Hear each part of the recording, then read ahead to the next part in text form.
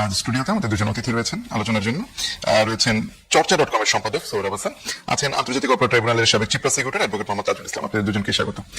দর্শক, জুলাই অভ্যুত্থানের 2 বছর পূর্তি যখন চলছে, সেই জুলাই তখনই বলা চলে অনেকটা নিস্তরঙ্গ রাজনীতিতে নতুন করে আলোচনা শুরু হয়েছে। এই জুলাইতে পতিত সরকার প্রধান এবং এখন ভারতে পালিয়ে থাকা শেখ হাসিনার দেশে ফেরার একটা ঘোষণা নিয়ে রাজনীতিতে বিভিন্ন আলাপ আলোচনা চলছে।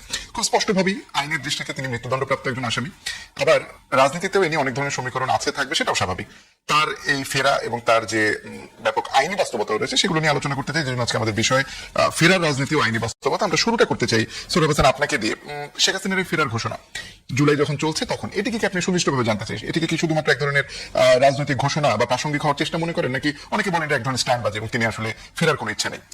ধন্যবাদ আপনাকে এবং শুভেচ্ছা অ্যাডভোকেট তাজুল ইসলামকে। সেটা হচ্ছে আপনি শিরোনামই করেছেন ফেরার রাজনীতি আইনি বাস্তবতা। তার মানে দুটোর মধ্যে কোনো বৈপরীত্য আছে না, দুটো সমর্থ। ফেরার রাজনীতি মানে তো হচ্ছে এক ধরনের কৌশল, নীতি, আদর্শ, দৃষ্টিভঙ্গি। এখন সাবেক প্রধানমন্ত্রী শেখ হাসিনা দেশে ফেরার কথা বলেছেন, কিন্তু তিনি কিন্তু এবারই প্রথম স্পষ্ট করে বললেন তিনি আত্মসমর্পণ করবেন। দেশে ফিরে তিনি আদালতে আত্মসমর্পণ করবেন। আর সেটি করা যাবে কি যাবে না সে আইনি বিতর্কে আমি যাচ্ছি না। এর আগে তো এখানকারই বাংলাদেশের সরকার, রাজনৈতিক দল সবাই বলছে তাকে ফিরে এনে দণ্ড কার্যকর করা হোক। তিনি যখন ফিরতে চাচ্ছেন তখন কোন প্রক্রিয়ায় ফিরবেন, এটাই তো প্রশ্ন। ইতিমধ্যে আমরা দুজনের বক্তব্য শুনলাম যে তিনি বিশেষ করে সাবেক জাতীয় ঐকমত্য কমিশনের যে সহসভাপতি অধ্যাপক আলী রিয়াজ, তিনি বলেছেন তিনি এভাবে ফিরতে পারেন না, বাংলাদেশ ও ভারত সরকারের মধ্যে একটা সমঝোতার ভিত্তিতে ফিরতে হবে। আর তাদের ভারতে রাজি হতে হবে, বাংলাদেশও রাজি হতে হবে। আরো একজন রাজনৈতিক নেতা এভাবেই বলেছেন। আবার অনেকে বলেছেন যে না, তাকে তিনি ফিরে আসলে গ্রেপ্তার হবেন ইত্যাদি ইত্যাদি।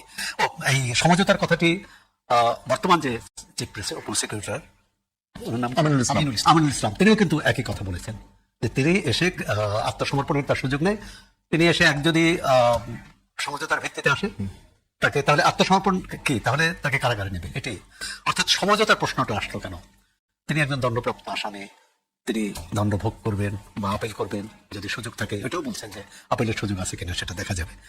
তার মানে এর মধ্যে কোনো রাজনীতি আছে। আবার তিনি একটা আদালতে রায় হয়েছে, সেই রায়ের তাজুল ভাই বলতে পারবেন সাবেক স্বরাষ্ট্রমন্ত্রীর পক্ষ থেকে একটা আপিল করা হয়েছিল না, বা কোনো পক্ষ থেকে একটা আপিল করা হয়েছিল যে সাবেক স্বরাষ্ট্রমন্ত্রীর দণ্ডটা, স্বরাষ্ট্রমন্ত্রীর সাবেক আইজিপির দণ্ড কম হয়েছে, এর বিরুদ্ধে কোনো আপিল না? শেখ হাসিনার দণ্ডের ব্যাপারে হয়েছে। তিনটার মধ্যে একটা যেটা আমৃত্যু কারাদণ্ড আছে, ওটার ব্যাপারে বৃদ্ধির জন্য একটা আপিল করা আছে। এটা আমি যখন চিফ প্রসিকিউটর ছিলাম আমি সেটা করে এসেছিলাম। মানে একটা আপিল আছে, আপিল আছে শেখ হাসিনার পুরো সাজার বিরুদ্ধে নয়। সেটা হচ্ছে শেখ হাসিনাকে দুটো কাউন্টে, একটা কাউন্টে মৃত্যুদণ্ড দেওয়া হয়েছে আর একটা কাউন্টে আমৃত্যু কারাদণ্ড বা যাবজ্জীবন কারাদণ্ড দেওয়া হয়েছে। যেখানে যাবজ্জীবন দেওয়া হয়েছে ওই পার্টের সাজা কম হয়েছে বলে শুধুমাত্র ওইটুকু চ্যালেঞ্জ করে আপিল হয়েছে। এই আপিলের কারণে যে অংশটাতে তার মৃত্যুদণ্ড হয়েছে সেটা এফেক্টেড হবে না, সেটা অ্যাজ ইট ইজ রয়ে গেছে। তাহলে প্রশ্ন হচ্ছে যে ওই আপিল নিষ্পত্তি হওয়ার আগে রায় কার্যকর হতে পারে কিনা? অবশ্যই হবে, কারণ হচ্ছে মৃত্যুদণ্ডটা আনটাস্ট রয়ে গেছে, সেটা মৃত্যুদণ্ড আনটাস্ট। যেখানে আসামি একই ব্যক্তি, তখন তার একটি কার্যকর হলো, তাহলে তার আপিল যদি গ্রহণ করে, যখন যে আপিলটা করা হয়েছে সে আপিল গ্রহণ করলে, তাহলে ওই আপিল নিষ্পত্তি পর্যন্ত তো তার অন্য রায়টা কার্যকর স্থগিত থাকবে না। কারণ হচ্ছে যদি একাধিক মামলায় কোনো ব্যক্তির সাজা হয়, এটা এক মামলা, একই মামলায় হোক, কিন্তু কাউন্ট যখন আলাদা হয়ে গেছে, মূল সাজাটা মৃত্যুদণ্ড, যদি তার মৃত্যুদণ্ড কার্যকর করা হয়ে যায় তার যাবজ্জীবন সাজা খাটার প্রয়োজন নেই। অথবা ধরেন 5টা মৃত্যুদণ্ড হয়েছে, একবার যদি মৃত্যুদণ্ড কার্যকর করা হয় তাহলে দ্বিতীয়বার মৃত্যুদণ্ড কার্যকর করার প্রয়োজন নেই। এখানে এই মৃত্যুদণ্ড কার্যকর করতে কোনো বাধাও নেই। আর মৃত্যুদণ্ড কার্যকর হওয়ার কারণে অন্য একটা আপিল পেন্ডিং আছে বলে মৃত্যুদণ্ড সাজা কার্যকর হবে না, এরকম কোনো ব্যাপার রয়েছে। যেটা বললেন যে আমি ওইখানে আসছি, যে এর ভিতর রাজনীতিটা কি, তাহলে তাকে ফেরত আসতে হবে বা ফেরত আনতে হবে। এখন ফেরত আনার দায়িত্বটা কিন্তু সরকারের। সরকার সেখানে কতটা সক্রিয়, ভারত সরকার তাকে ফেরত দিতে রাজি কিনা, কারণ তিনি ভারত সরকারের হেফাজতে আছেন বলে বলা হয়। দ্বিতীয় হচ্ছে তিনি কিভাবে গেলেন, যেটা বলা হয় আপনি বলেছেন পালিয়ে গেছেন। পালিয়ে যায় তো আমরা জানি যে সবকিছুর মানে সবার অজ্ঞাতে একজন লোক পালিয়ে চলে গেলেন, কিন্তু তাকে তো বাংলাদেশের সশস্ত্র বাহিনীর যে বিমানে করে, সশস্ত্র বাহিনীর বিমান বাহিনীর বিমানে করে তুলে দেওয়া হয়েছে। এখন তুলে দেওয়া এবং পালানো এই দুটার মধ্যে কোনো পার্থক্য আছে কিনা তাদের ভাই আইনজ্ঞ তিনি বলতে পারবেন। আর কথা হচ্ছে যে এটা নিয়ে এখানকার রাজনীতির মধ্যে একটা উত্তেজনা লক্ষ্য করা যাচ্ছে। সেই উত্তেজনাটা কিন্তু যদি সাবেক প্রধানমন্ত্রী বা তার দল চেয়ে থাকে যে এখানে রাজনীতি তার ফেরা নিয়ে এরা উত্তেজনা চলুক একে অপরকে, এমনকি জামাত ইসলামের একজন জামাত ইসলামের সেক্রেটারি জেনারেল বলেছেন এর ভেতরে সরকারের ভেতরের একটা অংশ ষড়যন্ত্রের সঙ্গে যুক্ত আছে। এই ষড়যন্ত্র মানে তাহলে এই বিষয়টাকে ষড়যন্ত্র হিসেবে দেখা হচ্ছে। তার ফিরে আসাটাকে, তাহলে তার ফিরে এসে তিনি দণ্ড ভোগ করবেন তার চেয়ে কিন্তু তার রাজনৈতিক বিষয়টাকে আগে আনা হয়েছে, যে তিনি মানে এর ভিতরে অন্য কোনো, এই তার ঘোষণার ভিতরে অন্য কোনো উদ্দেশ্য খোঁজা হচ্ছে। এবং একটা তো ঠিক যে এটা নিয়ে সরকার এবং সরকারি দল বিএনপি এবং জামাত ইসলামের মধ্যে এক ধরনের চাপানুতর চলছে। তো সেটা সমাধান কি হবে? দ্বিতীয় হচ্ছে যে আনার ব্যাপারে সরকারের পক্ষ থেকে কি, এবং এনসিপির নেতা বলছে, এনসিপির নেতা তাদের এই নাহিদ ইসলাম বলেছেন যে সরকারের ভারত সরকারের পক্ষ থেকে ভারতকে কড়া বার্তা দেওয়া উচিত। সেটা অবশ্য অন্য প্রসঙ্গেও বলেছে। তিনি বলেছেন যে তাকে ফিরে এসে তিনি মৃত্যুদণ্ড, তার যে দণ্ড হয়েছে কার্যকর তিনি ভোগ করবেন বা কার্যকর হবে। আর তিনি বলছেন যে সরকারের পক্ষ থেকে কড়া বার্তা দেওয়া হচ্ছে ভারতকে, যে তিনি সেখানে বসে যে উস্কানিমূলক বক্তব্য দিয়েছেন। আর সরকারের আগেও অন্তর্বর্তী সরকারের সময় বেশ কয়েকবার কিন্তু নোট ভার্বাল দেওয়া হয়েছে, তাকে ফেরত দেওয়া হোক। ভারত সরকারের পক্ষ থেকে কোনো উত্তর দেওয়া হয়নি। সব মিলে মানে দেশীয় এবং আন্তর্জাতিক রাজনীতির একটা পার্ট, দেশীয় আঞ্চলিক দ্বিপাক্ষিক একটা রাজনীতির এত এটা এই বিষয়টা অ্যাডভোকেট তাজুল ইসলাম আসলে আইনি দিকটা আপনার কাছ থেকে শুনবো, বা অনেকগুলো প্রশ্ন যেগুলো বারবার উঠছে সেগুলো একটু স্পষ্টীকরণের জন্য ভালো হয়েছে যে একটা মোটামুটি আলাপ আপনাদের মধ্যে হয়ে গেছে। প্রথমত শুরু করতে চাই আপনাকে দিয়ে যে তার ফেরাটা, এবং ফেরার একজন নাগরিক যখন অন্য দেশে থাকেন তার যাওয়া এবং ফেরা দুটি নিয়ে এক ধরনের কি বলে আইনি কাগজপত্র দরকার হয়, ট্রাভেল ডকুমেন্ট, আর সেটা নর্মালি হয় পাসপোর্ট। এখন তিনি যদি ওখানে যান তার সঙ্গে সেই পাসপোর্টটি আছে কিনা, কিংবা ফেরার ক্ষেত্রে তাকে আসলে কিভাবে ফেরাটা বৈধভাবে ফেরার কোনো পথ আপনি দেখেন কিনা? জি, ধন্যবাদ আপনাকে। প্রথম কথা হচ্ছে ফেরা দিয়ে যদি শুরু করি, তিনি বাংলাদেশ থেকে পালিয়ে গিয়েছেন। একটা ছাত্র জনতার মহাগণ অভ্যুত্থানের মধ্যে তিনি পালিয়ে গিয়েছেন তার জীবন বাঁচানোর জন্য।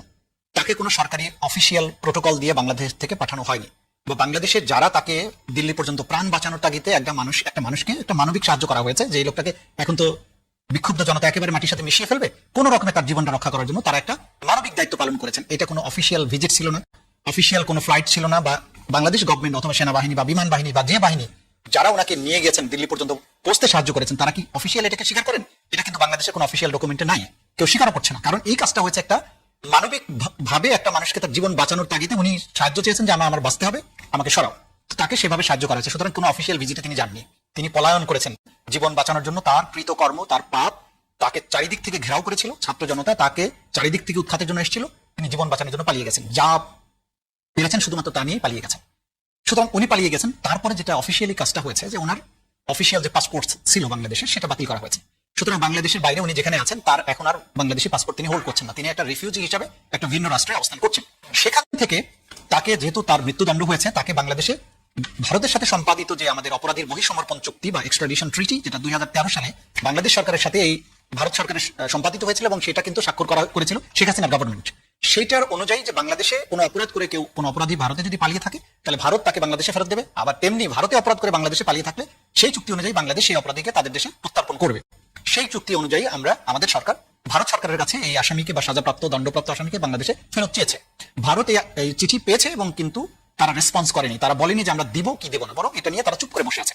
এখন উনি যদি ফিরতে চান, মানে ওনার যে ফেরার কথা বলা হচ্ছে, মৃত্যুদণ্ডপ্রাপ্ত আসামি, তার ট্রাভেল ডকুমেন্ট নাই, ভারতে আছেন আশ্রিত, ভারত সরকার ফেরত দেওয়ার দুটো পন্থা আছে। একটা হচ্ছে যদি এক্সট্রাডিশন ট্রিটি অনুযায়ী তারা তাকে গ্রেফতার দেখিয়ে বাংলাদেশের আইন শৃঙ্খলা রক্ষাকারী বাহিনীর কাছে তুলে দেয়, এটা হচ্ছে একটা পদ্ধতি। তাহলে তাকে গ্রেফতারকৃত অবস্থায় বাংলাদেশের আইন শৃঙ্খলা রক্ষাকারী বাহিনী গ্রহণ করবে, এখানে আত্মসমর্পণের নাটকের কোনো প্রশ্ন নেই। দ্বিতীয় হচ্ছে উনি যদি ভারত সরকারের নিরাপত্তা বেষ্টনী ভেদ করে নিজেই ডেসপারেট হয়ে বাংলাদেশে ঢুকেন, সেটা হবে কি অবৈধভাবে অনুপ্রবেশ করে যদি বাংলাদেশে ঢুকেন, পুশকিন মতো করে যদি ঢুকেন, তাহলে বাংলাদেশের সীমানায় প্রবেশ করা মাত্র বাংলাদেশের সীমান্তরক্ষী বাহিনী বা আইন শৃঙ্খলা রক্ষাকারী বাহিনীর দায়িত্ব হবে তাকে সাথে সাথে গ্রেফতার করা এবং সরাসরি আদালতে উপস্থাপন করা।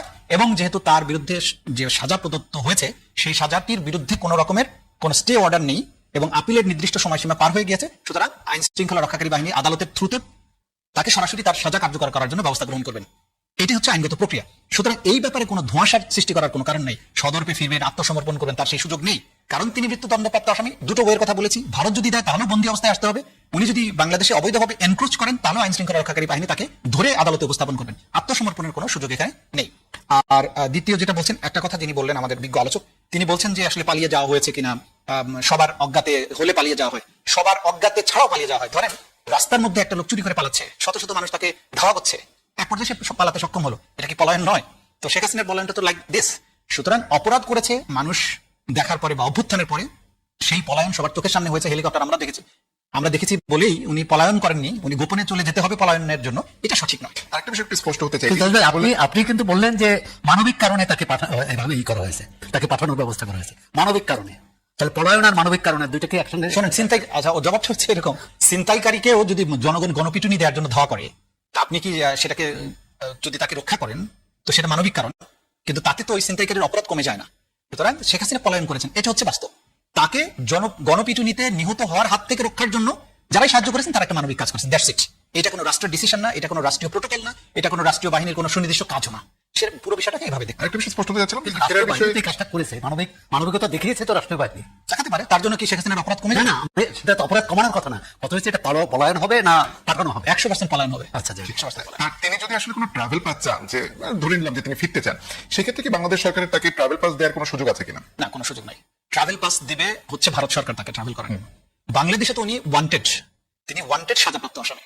তিনি ট্রাভেল পাস নিয়ে আসুন, তিনি পাসপোর্ট নিয়ে আসুন, যেটাই নিয়ে আসুন, বাংলাদেশের ভৌগোলিক সীমারেখায় প্রবেশ করা মাত্র তিনি গ্রেপ্তার হবেন, এটি হচ্ছে আইন। ঠিক। সোহরাব হোসেন, আপনি কি মনে করেন যে শেখ হাসিনার এই ফেরার ঘোষণায় তিনি একটা মানে কার্যক্রম নিষিদ্ধ দলের প্রধান এবং তার নেতাকর্মীরা তো আছেন দেশে, তো এটা কি শুধুমাত্র সেই নেতাকর্মীদের জন্য উজ্জীবিত রাখার একটা ঘোষণা কিনা? আর দ্বিতীয় হচ্ছে যে তিনি ডিসেম্বর পর্যন্ত সময় নিয়েছেন, এখন পর্যন্ত লম্বা সময়, প্রায় 4-5 মাসের বিষয়। তো আন্তর্জাতিক একটা প্রভাব বাংলাদেশের রাজনীতিতে সব সময় থাকে, তার এই ফেরার ঘোষণার পেছনে ভারত সরকারের কিংবা ভারতের রাজনীতির কোনো প্রচ্ছন্ন ইঙ্গিত কিংবা সায় দেখেন কিনা? ভারত সরকারের বা অন্য কোনো দেশেরও? অন্য কোন দেশের? হ্যাঁ, সেটাও কিন্তু ইতিমধ্যে সম্প্রতি একটি মার্কেট কংগ্রেসের একজন সদস্য কিন্তু এ ব্যাপারে আওয়ামী লীগের কার্যক্রম নিষিদ্ধ থাকার ব্যাপারে উদ্বেগ প্রকাশ করেছেন, বা আরো অনেকে। বিষয়টা হচ্ছে যে আমাদের অভ্যন্তরীণ রাজনীতিতে এটা প্রতিক্রিয়াটা কতটুকু করেছে, এখন এটি দেখানো খুব কঠিন। এই গণঅভ্যুত্থানের পেছনে আমেরিকার কি যোগসাজশ ছিল যেটা আওয়ামী লীগ বলে, বা এই শেখ হাসিনার এই বিবৃতির পেছনে ভারতের কি যোগসাজশ আছে বা উস্কানি আছে, এটা প্রমাণ করা যাবে না। প্রমাণটা হচ্ছে তার এই বক্তব্য এখানে কি প্রতিক্রিয়া সৃষ্টি করেছে। তার নেতা কর্মীরা তো হয় পলাতক, না হলে আত্মগোপনে, না হলে জেলে, সুতরাং তাদের প্রকাশ্যে প্রতিক্রিয়া নেই, সামাজিক যোগাযোগ মাধ্যমে আছে, এটা আগেও ছিল। কিন্তু সক্রিয় রাজনৈতিক দলগুলোর মধ্যে একটা প্রতিক্রিয়া আছে, এবং সেখানে মনে হচ্ছে যে রাজনৈতিক দলগুলোর প্রতিক্রিয়ায় যে তিনি না আসাই ভালো, কারো কারো মনে হতে পারেনি। আবার হ্যাঁ, আসার পর তার মৃত্যুদণ্ড কার্যকর করার কথা বলেছেন তাজুল ভাই। কিন্তু তাজুল ভাই জানেন যে মামলার তিনিও একজন আইনজীবী ছিলেন, কৌশলী ছিলেন। আবুল কালাম আজাদ, তার ওখানে মৃত্যুদণ্ড হয়েছিল। ওনার আইনজীবী আমি ছিলাম না। আচ্ছা, আপনি ছিলেন না, কিন্তু আপনি জানেন। আচ্ছা, তিনি কিন্তু বাংলাদেশে ফিরে এসেছেন 24-এর গণঅভ্যুত্থানের পর। সেই আলোচনা নিশ্চয়ই আছে, সেই ব্যাখ্যাটা আমি হ্যাঁ, নিশ্চয়ই, না, ব্যাখ্যা আছে। আমি বলছি আইনজীবীর কাছ থেকে তাহলে শুনবো। এরকম যদি হয়, জিয়াউর রহমানের সময় কর্নেল আবু তাহের, তিনি অন্যতম সেক্টর কমান্ডার, জিয়াউর রহমান নিজেও একজন সেক্টর কমান্ডার, তার ফাঁসি হয়েছিল, ফাঁসি কার্যকর হয়েছে। পরবর্তীকালে বাংলাদেশের আদালতে সেটা কিন্তু ওই ফাঁসি যে সঠিক হয়নি, এটা অবৈধ হয়েছে এ ঘোষণা করেছে। জুলফিকার আলী ভুট্টো, পাকিস্তানের সাবেক প্রধানমন্ত্রী, তারও ফাঁসি হয়েছে। পরবর্তীকালে সেই ফাঁসি কি বৈধতা, মানে বৈধ বলে স্বীকৃতি পেয়েছে? তাহেরের কথা তো বললাম, আবুল কালাম আজাদ, তারপর মৃত্যুদণ্ডপ্রাপ্ত আরেকজন আসামি, তিনিও ছাড়া পেয়েছেন। এখন আবার আমি ওই বিতর্কে যেতে চাই না, যদিও তাজুল ভাই বলছেন যে গণঅভ্যুত্থান জনগণেরই। এখন যখন যুদ্ধাপরাধীর বিচার হচ্ছিল, তখন যুদ্ধাপরাধ যে ট্রাইব্যুনাল, আদালত রায় দিল যে কাদের মোল্লার যাবজ্জীবন। জনগণ বিক্ষুব্ধ হলো এবং তারা সমাবেশ করলো, সরকারের কাছে দাবি করলো। কেউ কেউ এটাও সন্দেহ করলো যে সরকারের সাথে জামাতের কোনো বোধহয় আঘাত হয়েছে, যে কারণে তার মৃত্যুদণ্ড হয়নি। পরবর্তীকালে আইন পরিবর্তন করে কিন্তু তার এটাই হয়েছে। আবার অন্য ক্ষেত্রে একই বিচার প্রক্রিয়ায়, তাদের ভাই যদি আমি ভুল বলি সংশোধন করে দিবেন, ট্রাইব্যুনালের রায় কাদের মোল্লার ক্ষেত্রে যেটি হয়েছে, উচ্চ আদালত সেটি পরিবর্তন করে মৃত্যুদণ্ড জারি করেছে। ট্রাইব্যুনাল অন্য দুটি ক্ষেত্রে, সাইদের ক্ষেত্রে ট্রাইব্যুনাল মৃত্যুদণ্ড দিয়েছিল, সুপ্রিম কোর্ট যাবজ্জীবন করেছে। তাহলে দেখুন, একই বিচার প্রক্রিয়ায়, একটি বিচার প্রক্রিয়ায় নিম্ন আদালত বলবো না, বিচারিক আদালত বা আন্তর্জাতিক অপরাধ ট্রাইব্যুনাল তাকে যাবজ্জীবন দিয়েছে, সেটি উচ্চ আদালত মৃত্যুদণ্ড দিয়েছে এবং কার্যকর করেছে। আবার আরেকটি ক্ষেত্রে, গোলাম আজমের ক্ষেত্রেও তাই, না গোলাম আজমের ক্ষেত্রে মৌলানা সাইদের ক্ষেত্রেও নিম্ন আদালত মৃত্যুদণ্ড দিয়েছিল, নিম্ন আদালত মানে বিচারিক আদালত মৃত্যুদণ্ড দিয়েছিল, উচ্চ আদালত সেটি যাবজ্জীবন করেছে। এখন এই যে যাবজ্জীবনকে মৃত্যুদণ্ড নেওয়া, মৃত্যুদণ্ডে রূপান্তর করা, আর মৃত্যুদণ্ডকে যাবজ্জীবন রূপান্তর করা, এই দুটাকে কিভাবে আইনি ব্যাখ্যা দিবেন? মানে একই একই বিচার প্রক্রিয়া, একই তথ্য প্রমাণ, একই ক্ষেত্রে এটা তাজুল ভাই এই উদাহরণ দ্বারা আপনি আসলে কি বলতে চাচ্ছেন, মানে সেইটা আমি স্পষ্ট বলতে হচ্ছে না। চাচ্ছি যে আজকে ধরেন এই যদি এটি আপিলের সুযোগ থাকে, বিচারিক আদালত তাকে মৃত্যুদণ্ড দিয়েছে, উচ্চ আদালত আপিলে তো এটি রহিত হতে পারে, মানে শাস্তি ক্ষমাতেও পারে। আচ্ছা যেহেতু এর উদাহরণ আছে, আচ্ছা, আমরা ওই অ্যাডভোকেট তাজুল ইসলামের কাছে যাই। যেহেতু এই প্রসঙ্গে এলো, আমি একটু পরে আসতে চাচ্ছিলাম। এই আপিলের বিষয়টা নিয়ে আসলে অনেক ধরনের ন্যারেটিভ তৈরি করা হয় এবং বলা হয় যে অনেক ধরনের নজির আছে, এবং সেই নজিরের কারণে আপনি যদি সোহরাব হাসান যে প্রশ্ন তুললেন সেটার উত্তর দেন, তারপর না হয় আমি আমার প্রশ্নটা করি। জি ধন্যবাদ। প্রথম কথা হচ্ছে যে উনি আমাদের বিজ্ঞ আলোচক সোহরাব হাসান সাহেব কর্নেল তাহের এবং জুলফিকার আলী ভুট্টোর কথা বলেছেন। দেখুন, সেই আমলের বিচার এবং মাওলানা আবুল কালাম আজাদের কথা বলেছেন, বা বিগত সময়ে আওয়ামী লীগ এই ট্রাইব্যুনালকে যেভাবে ব্যবহার করেছিল তাদের বিচার এবং আজকের এই রেজিমের সময়ের যে ট্রাইব্যুনাল, দুটার মধ্যে আকাশ পাতাল পার্থক্য। 71 সালের বিচারগুলো দুনিয়ার সবাই জানে, মানবাধিকার সংগঠন থেকে শুরু করে অ্যামনেস্টি, জাতিসংঘ, যে এইখানে বিচারের নামে প্রহসন করা হয়েছিল যে একজন ব্যক্তির জন্ম 1972 সালে, সে এসে সাক্ষী দিচ্ছে 1971 সালে সে দেখেছে আসামিরা গুলি করে মানুষ মেরেছে। এখানে আদালত প্রাঙ্গণ থেকে সাক্ষীকে অপহরণ করে নিয়ে গিয়ে সেই সাক্ষীকে সত্য বলতে দেওয়া হয়নি। এখান থেকে সেফ হাউস বলে একটা কেলেঙ্কারি করে 520টা ডকুমেন্ট সাক্ষীদেরকে পিটিয়ে মিথ্যা বলানোর জন্য চেষ্টা করা হয়েছে, সেটা তারা করেননি বলে তাদেরকে সেখানে আটকে রাখা হয়েছে। এই যে ব্যাপারগুলো ছিল, কলঙ্কিত একটা বিচার ছিল। সেই বিচারের সাথে শেখ হাসিনার যে বিচার হয়েছে তার তুলনা করাটা এটা সম্পূর্ণ অন্যায়। কারণ শেখ হাসিনার বিরুদ্ধে যে এভিডেন্স, যে সাক্ষ্য প্রমাণ আমরা উপস্থাপন করেছি আদালতে, সেটা দুনিয়ার সকল মানুষের চোখের সামনে ঘটে যাওয়া, বাংলাদেশের কোটি কোটি মানুষের প্রত্যক্ষদর্শী সাক্ষী। আমরা ভিডিওগুলো আমরা জাতিসংঘের তদন্ত রিপোর্ট এখানে দিয়েছি, যেটা যাদের নিরপেক্ষতা নিয়ে প্রশ্ন তোলার কোনো সুযোগ নেই, তারা কত মেটিকুলাসলি এই ইনভেস্টিগেশনটা করেছেন, তারা দেখিয়েছেন কিভাবে ফরেনজিক টেস্ট করে এই ভিডিওগুলোর সত্যতা নির্ধারণ করেছেন, এবং তারা একটা কনক্লুশনে গিয়েছেন যে শেখ হাসিনা এটা ক্রাইমস এগেইনস্ট হিউম্যানিটি করেছেন এবং তার অপরাধ কি, কতগুলো গুলি ব্যবহৃত হয়েছে, সেগুলো কত পার্সেন্ট মিলিটারি গ্রেডের, কত পার্সেন্ট শটগান, কত পার্সেন্ট পিস্তলের গুলি, এগুলো সবকিছু অকাট্যভাবে তারা তুলে ধরেছেন। আমরা সেগুলো লাইভ উইটনেস, যারা গুলি তাদের বুকে ধারণ করেছেন, চোখ নষ্ট হয়েছে, মুখ উড়ে গেছে, তারা সাক্ষী দিয়েছেন, তাদের সহকর্মীরা, তাদের পরিবারের সদস্যরা সাক্ষী দিয়েছেন, ডাক্তাররা সাক্ষী দিয়েছেন, মেডিকেল ডকুমেন্ট সাক্ষী দিয়েছে, শরীর থেকে বুলেট উদ্ধার হয়েছে সেগুলো সাক্ষী দিয়েছে। সুতরাং এই জাজল্যমান সাক্ষী প্রমাণের মধ্য দিয়ে আমি বারবার সেই সময় চ্যালেঞ্জ করতাম যে শেখ হাসিনার বিরুদ্ধে যেসব সাক্ষ্য প্রমাণ আছে, দুনিয়ার যে কোনো আদালতে যাক, জাতিসংঘে যাক, বিশ্বের যে কোনো দেশের আদালতে যাক, এই সাক্ষ্য প্রমাণের ভিত্তিতে শেখ হাসিনার সর্বোচ্চ শাস্তিটাই নিশ্চিত হবে। সুতরাং যুদ্ধাপরাধের বিচারের নামে আগের ট্রাইব্যুনালে যা কিছু করা আছে তার সাথে এই তুলনাটা নিতান্ত অন্যায়, এটা কোনো অবস্থায় মেনে নেওয়া যায় না। সুতরাং শেখ হাসিনার বিরুদ্ধে যে মৃত্যুদণ্ড হয়েছে, উনি বলছেন যে ভবিষ্যতে তো পাল্টে যেতে পারে। আরে পাল্টে যাবে কিভাবে? একটা জলজান্ত এত ওভারওয়েলমিং এভিডেন্স, এটা অস্বীকার যদি করে সেই রায়টাই অন্যায় হবে। সুতরাং ভবিষ্যতে কি হবে সেটা ভিন্ন কথা।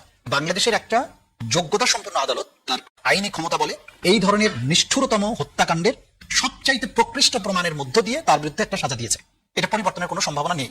এবং সবচেয়ে বড় কথা হচ্ছে আসামি পলাতক, তাকে আসার জন্য বারবার কিন্তু সুযোগ দেওয়া হয়েছে, আমরা নোটিশ দিয়েছি, তাকে জানানো হয়েছে, টেলিভিশনে পত্রিকা নোটিশ জারি হয়েছে। ওনার যদি সৎসাহস থাকতো, যেটা এখন হুমকি দামকি দিচ্ছেন, সেই সময় আসতেন, উনি ফাইট করতেন, চ্যালেঞ্জ করতেন এভিডেন্স গুলো, সেগুলো তিনি করেননি, কারণ তিনি জানতেন যে এগুলো চ্যালেঞ্জ করার মতো তার কাছে কোনো কিছু নেই। সুতরাং আজকে ওনার সাজাটা ওনার আপিলের নির্ধারিত সময় অতিক্রান্ত হয়ে গেছে। এবং বাংলাদেশে যে আদালতে এটা বিচার হচ্ছে 3 জন বিচারপতির একটা কোর্ট, যেটার মর্যাদা হাইকোর্ট ডিভিশনের সমান, এই আদালতে যখন দুনিয়ার কোনো দেশের কোনো মানবাধিকার সংস্থা, কোনো রাষ্ট্র এই বিচার নিয়ে কোনো প্রশ্ন তোলেনি যে এখানে অন্যায় হয়েছে, কোনো ফলস এভিডেন্স দেওয়া হয়েছে বা এখানে বিচারের নামে প্রহসন হয়েছে। আগের আমলের বিরুদ্ধে কিন্তু শত শত অভিযোগ ছিল, প্রত্যেকে প্রশ্ন তুলেছে, কিন্তু আমরা যে রেজিমের সময় যে ট্রায়ালটা করেছি এটা নিয়ে কোনো প্রশ্ন নেই। তো এরকম একটা রায় কার্যকর হতে কোনো বাধা নেই, এবং এই রায় বাংলাদেশ সরকারের দায়িত্ব হচ্ছে কার্যকর করা, এটা কার্যকর হবে। সুতরাং এই নিয়ে ধোঁয়াশা সৃষ্টি করা যে ভবিষ্যতে গিয়ে এটা উল্টে যেতে পারে, এটা এই যে রায়টার ব্যাপারে সামান্যতম কোনো প্রশ্ন নেই, ভবিষ্যতে যে উল্টে যাওয়ার কোনো সম্ভাবনা নেই। আরেকটা কথা যেটা বলেছেন, কম্প্রোমাইজ, যে সরকারের সাথে সমঝোতা করে ফিরে আসবেন। দেখুন, বাংলাদেশের আইনের একটা সাধারণ জ্ঞান এটা, যে ক্রিমিনাল কেস এটা কম্পাউন্ডেবল না, মার্ডার কেসই কম্পাউন্ডেবল না। এখানে ক্রাইমস এগেইনস্ট হিউম্যানিটি, যেটা অপরাধেরও অপরাধ, ক্রাইম অফ দ্য ক্রাইমস, যেখানে শত শত বা হাজার হাজার মানুষকে হত্যা করা হয়েছে, সেই অপরাধ সরকার আপোষযোগ্য করে, মীমাংসা করে, সমঝোতার ভিত্তিতে তাকে নিয়ে একটা কিছু করবে, এটা অবাস্তব ধারণা। এটা রাষ্ট্র করতে পারবে না, রাষ্ট্র সেই অধিকারী নাই। এবং বাংলাদেশে যারা বলছে তাকে ফেরত আনার ব্যাপারে দুই সরকারের মধ্যে সমঝোতা, এই সমঝোতার ব্যাপারই না, কারণ এটা একটা এগ্রিমেন্ট আছে দুইটা রাষ্ট্রের মধ্যে, দুইটা রাষ্ট্রের এগ্রিমেন্টের ভিত্তিতে যেটা হতে পারে, ওই রাষ্ট্র তাকে গ্রেফতার করে বাংলাদেশে ফেরত পাঠাবে, দ্যাটস ইট, এর বাইরে আর কোনো কিছু করার নেই। এখানে তাদের সামনে একটা বিষয় একটু জিজ্ঞেস করে নিই। একটা ন্যারেটিভ আছে, আমি আপনাকে একদম পড়ে শুনে, একজন আইনজীবীর বক্তব্য। যেভাবে ওনাকে বলা হচ্ছে বন্দি বিনিময় চুক্তিতে আনা হবে, বন্দি বিনিময় চুক্তিতে আনার কোনো সুযোগ নাই, আইনটা হলো বন্দীদের বিনিময়। উনি তো ওখানে বন্দী না, উনি তো ওখানে অতিথি। ভারত সরকার তো ওনাকে বলে নাই যে উনি বন্দী। এটা একটা প্রযুক্তি। কারণ হচ্ছে বাংলাদেশে উনি সাজাপ্রাপ্ত, বাংলাদেশে সাজাপ্রাপ্ত যদি হয় তাকে বন্দী হওয়ার কোনো দরকার নেই। অপরাধীর এক্সট্রাডিশন, অপরাধীর বন্দির না। এবং উনি যখন ইন্ডিয়াতে আছেন, ওনার স্ট্যাটাসটা কি? রিফিউজি, এবং উনি কনফাইন্ড, এবং বন্দী হতে হবে, নট দ্যাট। উনি যদি বাংলাদেশ, আমি যেটা বলেছি, এই পুরো ট্রিটিটা যিনি বলেছেন এটা না পড়ে বলেছেন। এই ট্রিটিটার মূল কথা হচ্ছে বাংলাদেশে কোনো অপরাধী অপরাধ সংগঠন করে যদি ভারতের মাটিতে যায়, তাহলে ভারত তাকে বাংলাদেশে পাঠাবে, আর যদি ভারতের কোনো অপরাধী ভারতের মাটিতে অপরাধ করে বাংলাদেশে পালিয়ে থাকে, ভারত ফেরত পাঠাবে। বন্দী হওয়া বা না হওয়া নিয়ে প্রশ্ন না, অপরাধীর বই সমর্পণ, এক্সট্রাডিশন হবে অপরাধীর।